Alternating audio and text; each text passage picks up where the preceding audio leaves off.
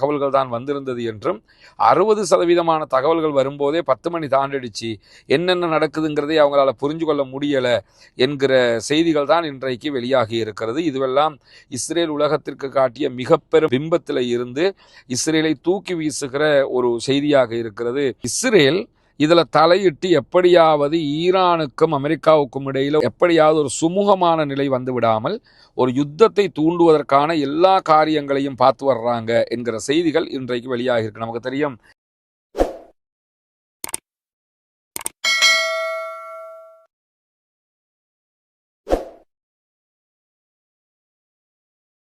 அன்றுக்கினிய சகோதர சகோதரிகளை நம் அனைவர் மீதும் ஏக இறைவனுடைய அமைதியும் கருணையும் உண்டாகட்டுமாக என்கிற பிரார்த்தனைகளோடு, பாலஸ்தீனத்தினுடைய இஸ்ரேலிய ஆக்கிரமிப்பு இராணுவத்தின் தாக்குதல்கள் 2 ஆண்டுகளுக்கு மேலாக தொடர்ந்த நிலையில தற்போது அது ஒரு யுத்த நிறுத்தமாக மாற்றப்பட்டு இன்றோடு 124வது நாளாக இருக்கிறது. இந்த நிலையில என்னவெல்லாம் நடக்கிறது காசாவில், காசாவையொட்டிய சர்வதேச நிலப்பரப்பிலே என்னவெல்லாம் நடக்கிறது என்கிற செய்திகளைத்தான் இன்னைக்கு நம்ம பார்க்க இருக்கிறோம். இன்றைய வீடியோ கொஞ்சம் கிளியாரிட்டி கம்மியாக இருக்கும். ஏன்னா நான் வெஹிக்கிள்குள்ள இருந்து பேசுறதுனால, ஒரு வெளியூர் பயணத்தில் இருக்கிறதுனால அதை கரெக்டாக நமக்கு தந்துக்கொள்ள முடியாமல் இருக்குது. இருந்தாலும் முடிஞ்ச வரைக்கும் அது மிஸ் ஆகாமல் தரணுங்கிறதுக்காக நம்ம நேரத்தை ஒதுக்கி உங்களுக்கு தந்துக்கிட்டே இருக்கிறோம். அந்த அடிப்படையில் இன்றைய நாள் வெளியாகி இருக்கக்கூடிய செய்திகளில் மிக முக்கியமாக இஸ்ரேலுடைய தி ஜெருசலம் போஸ்ட் ஒரு ஆய்வறிக்கையை வெளியிட்டிருக்கிறார்கள். அந்த ஆய்வறிக்கை எதை பற்றியது என்று சொன்னால், அக்டோபர் 7, 2023 பாலஸ்தீன விடுதலை அமைப்பினர் இஸ்ரேலிய ஆக்கிரமிப்பு பகுதிகள் மேல, அதாவது பாலஸ்தீனத்தை இஸ்ரேல் கைப்பற்றி இருக்கக்கூடிய பகுதிகள் மேல தாக்குதல்களை நடத்தியிருந்தார்கள். அங்கிருந்து 1000க்கும் மேற்பட்டவர்களை பணைய கைதிகளாக பிடிச்சு கொண்டு வந்திருந்தாங்க. இந்த சம்பவம் தொடர்பாகவும் அதில் என்ன நடந்தது என்கிற விசாரணைகள் தொடர்பாகவும் இன்றைக்கு தி ஜெருசலம் போஸ்ட் ஒரு முக்கியமான செய்தியை வெளியிட்டிருக்கிறார். அதில் வெளியாக இருக்கக்கூடிய செய்திகள் இஸ்ரேலுக்குள்ள ஒரு பலத்த சர்ச்சையை தோற்றுவித்திருக்கக்கூடிய செய்திகளாகவும் இருக்கிறது. காரணம் என்னன்னு கேட்டா, இன்றைய நாள்ல எத்தனை பேர் உள்ளே நுழைந்தார்கள், எப்படி அந்த தாக்குதல் நடந்தது என்பதெல்லாம் இஸ்ரேலுக்கே தெரியாத, இஸ்ரேலுடைய கண்ணில் மண்ண தூவிய செயல்பாடுகளாகத்தான் பாலஸ்தீன விடுதலை அமைப்பினர் முன்னெடுத்திருந்தார்கள். அது தொடர்பாக அவர்கள் தற்போது மேற்கொண்டிருக்கக்கூடிய ஆய்வுகள், விசாரணைகள் தான் முடிவுகளாக ஜெருசலம் போஸ்டில் வெளியாகி இருக்கிறது. குறிப்பாக அன்றைய நாளில் முதல் நாள் தாக்குதல் இஸ்ரேல் மீது நடத்தப்பட்ட அந்த சந்தர்ப்பத்தில் 3700 ராக்கெட்டுகளை ஒரே தடவையில் பல இடங்களில் இருந்தும் பாலஸ்தீன விடுதலை அமைப்பினர் ஏவி இருந்தார்கள் என்றும், அதற்கு பிறகு 5000 ராக்கெட்டுகள் மீண்டும் ஏவப்பட்டது என்கிற செய்திகளும் வெளியாகி இருக்கிறது. அதே நேரத்தில் அன்றைய நாளில் கிட்டத்தட்ட இஸ்ரேலுக்குள்ள 5600 பாலஸ்தீன விடுதலை அமைப்பை சேர்ந்த இராணுவத்தினர் உள்ளே நுழைந்தார்கள். ஏன்னா இதுவரைக்கும் இஸ்ரேல் என்ன சொன்னாங்கன்னா, வெறுமனே 1000 பேர் போனாங்க, 1500 பேர் போனாங்கன்னு சொல்லியிருந்தாங்க. ஆனால் 5600 பாலஸ்தீன விடுதலை இராணுவத்தை சேர்ந்தவர்கள் இஸ்ரேலுக்குள்ள நுழைஞ்சிருந்தாங்க. நுழைஞ்சது மட்டுமல்லாமல் அவங்க நுழையும் போது 119 வெவ்வேறு இடங்களில் இருந்து எல்லையை மீறி உள்ளே நுழைஞ்சிருக்கிறாங்க என்பதுதான் மிக முக்கியமானது. இஸ்ரேலுடைய எல்லை பாதுகாப்பு படையினுடைய ஒரு இடத்த ஏமாற்றி உள்ள நுழைஞ்சாங்க, 2 இடத்த உள்ள நுழைஞ்சாங்கிறது கிடையாது. கிட்டத்தட்ட 119 இடங்கள்ல இஸ்ரேலை ஏமாற்றி அல்லது இஸ்ரேலை திசை திருப்பிட்டு பாலஸ்தீன விடுதலை அமைப்பினர் உள்ளே நுழைந்திருக்கிறார்கள். இது இஸ்ரேலுக்கு ஒரு மிகப்பெரிய பின்னடைவாகவும் அவருடைய உளவுத்துறையில் ரொம்ப ஒரு பின்னடைவாகவும் பார்க்கப்படக்கூடிய ஒரு சூழலாக இருக்கிறது என்பது முதல் விவகாரம். இதே நேரத்தில் இந்த தாக்குதல்களுக்கு அவங்க உள்ள நுழையும் போது சரியாக அதிகாலை 6:29 மணிக்கு அவங்க உள்ளே போயிருக்காங்க. 6:30 வச்சுக்கிறோங்க, 6:30க்கு தான் அவங்க உள்ளே போயிருக்கிறாங்க. உள்ளே போனவங்க சில முக்கியமான நகரங்களையும் கைப்பற்றி இருக்கிறார்கள் என்கிற செய்திகளும் வெளியாகி இருக்கிறது. இப்படியான சூழல்ல தான் இதை தடுக்க முடியாமல் போனதுக்கான காரணம் இஸ்ரேலுடைய இராணுவத்துக்குள் ஒருங்கிணைப்பு இல்லை என்பதுதான் மிக முக்கியமான காரணமாக சொல்லப்படுகிறது.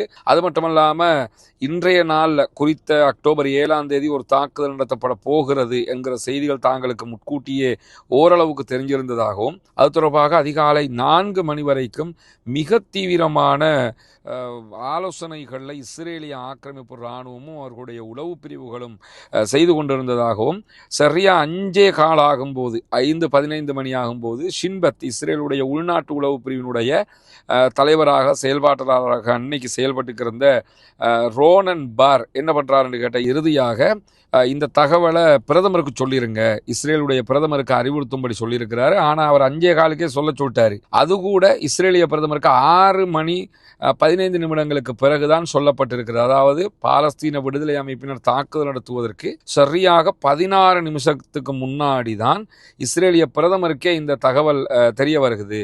அதனால தான் எங்களால் இதை தடுக்க முடியாமல் போயிடுச்சு என்கிற தகவல்கள் இன்றைக்கு வெளியாகி இருக்கிறது. இது இஸ்ரேலுக்குள்ள இஸ்ரேலுடைய கட்டுப்பாடு, இராணுவ பலம், உளவு பிரிவினுடைய பலம் எல்லாவற்றையுமே மிக கடுமையாக கேள்விக்கு உட்படுத்தி இருக்கிறது.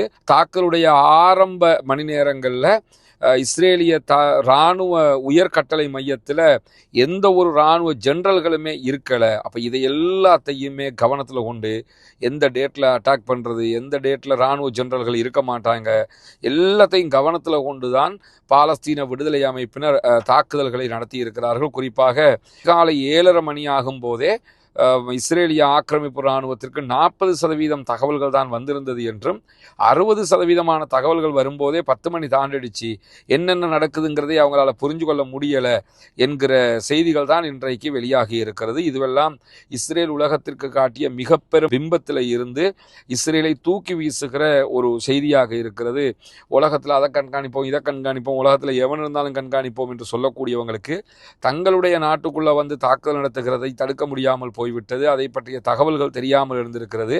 அதிலையும் 5000க்கும் மேற்பட்ட பாலஸ்தீன விடுதலை இராணுவத்தினர் காசாவுக்குள் நுழைந்திருக்கிறார்கள்.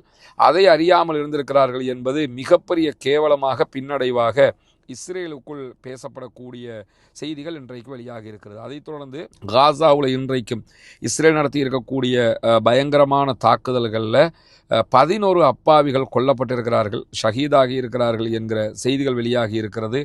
40க்கும் மேற்பட்டவர்கள் படுகாயம் அடைந்திருக்கிறார்கள் என்கிற கவலைக்குரிய செய்திகள் வெளியாகி இருக்கிற அதே நேரத்தில் கடந்த வெள்ளிக்கிழமை ஓமானுடைய தலைநகர் மஸ்கட்டில் ஈரானுக்கும் அமெரிக்காவினுடைய வெளியுறவு செயலாளராக இருக்கிற, அமெரிக்காவினுடைய மத்திய கிழக்குக்கு பொறுப்பாளராக இருக்கிற ஸ்டீவ் விட்காஃபுக்கும் இடையில் ஒரு முக்கியமான சந்திப்பு நடைபெற்றிருந்தது. ஈரான் பிரச்சனையை முடிவு காண்பது தொடர்பாகத்தான் அந்த பேச்சுவார்த்தைகள் நடந்திருந்தது.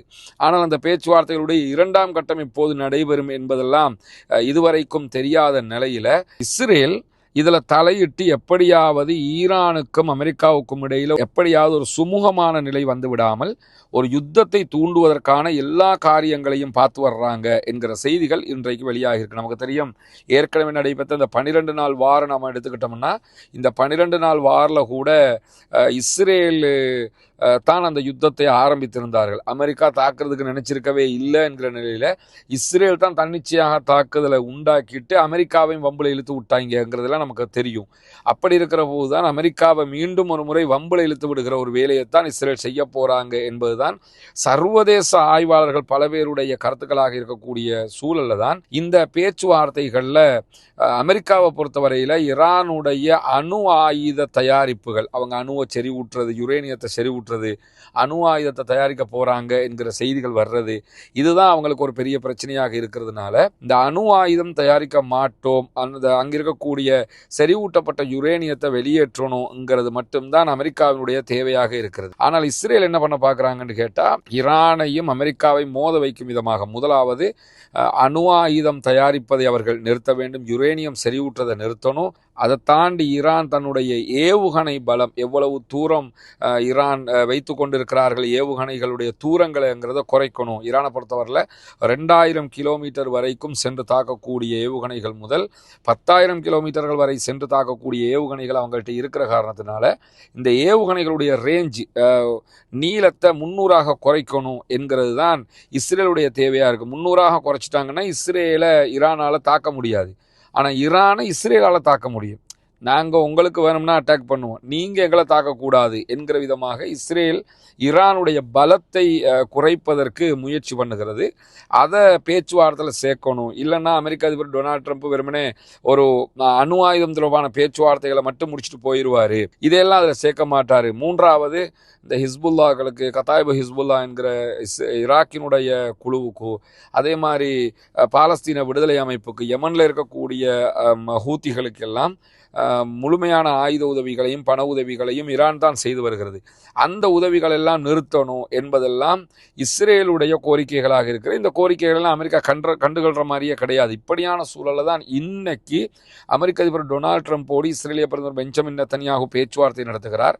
அந்த பேச்சுவார்த்தைகளில் நீங்கள் இப்படியெல்லாம் பேச்சுவார்த்தை நடத்தணும், இதையெல்லாம் சொன்னால் தான் இதுக்கு பாதுகாப்பு என்கிற விதமாக அமெரிக்க அதிபரை அவர் இதற்கு இணங்க செய்வார் என்கிற செய்திகள் இன்றைக்கு வெளியாகி இருக்கிறது. இந்த நேரத்தில் தான் அமெரிக்காவுக்கு பேச்சுவார்த்தைகளை நடத்துறதோட ராஜதந்திர ரீதியாக அமெரிக்காவோட பேசுவதற்கு, ஈரான் சார்பாக பேசுவதற்கு ஈரானும் பல நாடுகளை அணுகி மேலதிக பேச்சுக்களை நடத்துகிறது. ஓமானுக்கு ஈரானுடைய அதி உச்ச பாதுகாப்பு கவுன்சிலுடைய தலைவர் அலில் லாரிஜானி போயிருந்தாரு. போய் ஓமானுடைய சுல்தானை சந்திச்சிருந்தாரு, ஓமானுடைய வெளிவிவகார அமைச்சரை சந்திச்சிருந்தாரு. இன்றைய நாள் அவர் கத்தருக்கு வந்திருக்கிறாரு.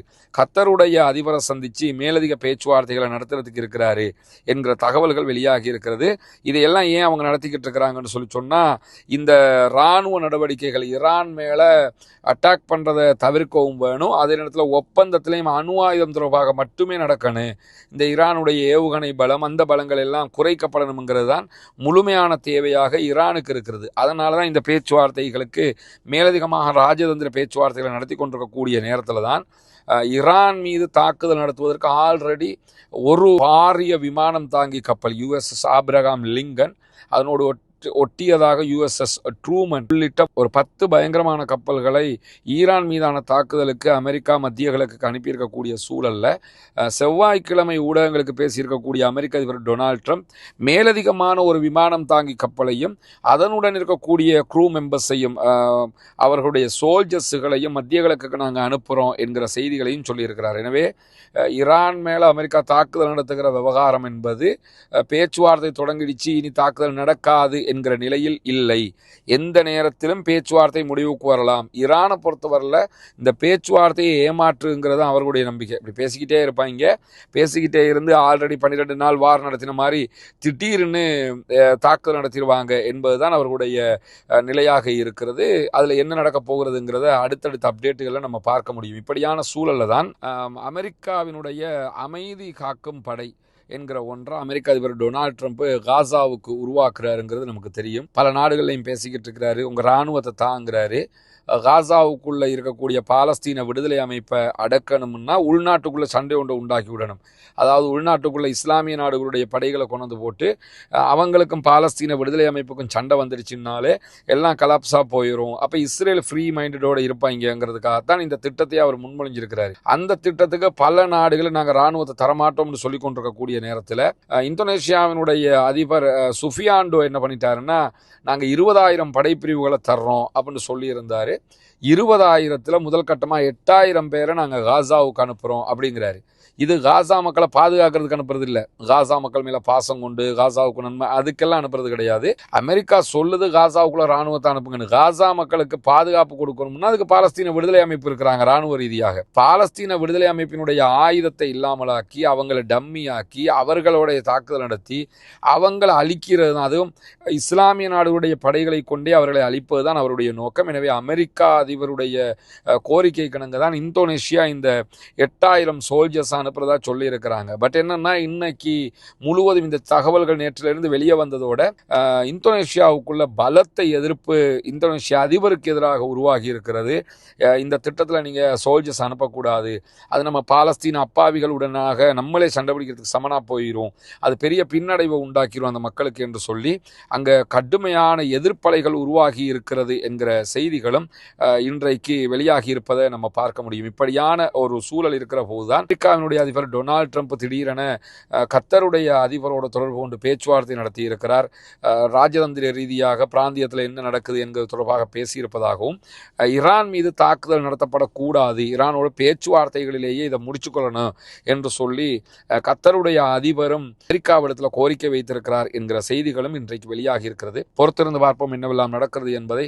நம்ம வெளியூரில் இருக்கிறதுனால இந்த வீடியோக்களுடைய தரம் கொஞ்சம் அந்த வெளிச்சங்கள் பற்றாக்குறை இந்த மாதிரி எல்லாம் இருக்க மொபைலில் ரெக்கார்ட் பண்ணுறதுனால பொறுத்துக்கொள்ளுங்கள். இன்ஷா அல்லாஹ் ஓரிரு நாட்கள் அதெல்லாம் சரியாகி பழைய மெத்தட்லேயே நம்ம வீடியோக்களை தந்துடும். பாலஸ்தீனம் வெற்றி பெற வேண்டும், பாலஸ்தீனம் சுதந்திரம் அடைய வேண்டும், பாலஸ்தீன மக்களும் நம்மை போன்ற நிம்மதியானவர்களாக மாற வேண்டும், வாழ வேண்டும் என்கிற உயரிய பிரார்த்தனைகளோடு பாலஸ்தீன அப்பாவிகளுக்காக தொடர்ந்தும் ஜனநாயக ரீதியாக குரல் எழுப்புவோமாக. வாஹிர் தஅவானா அல்ஹம்துலில்லாஹி ரப்பில் ஆலமீன்.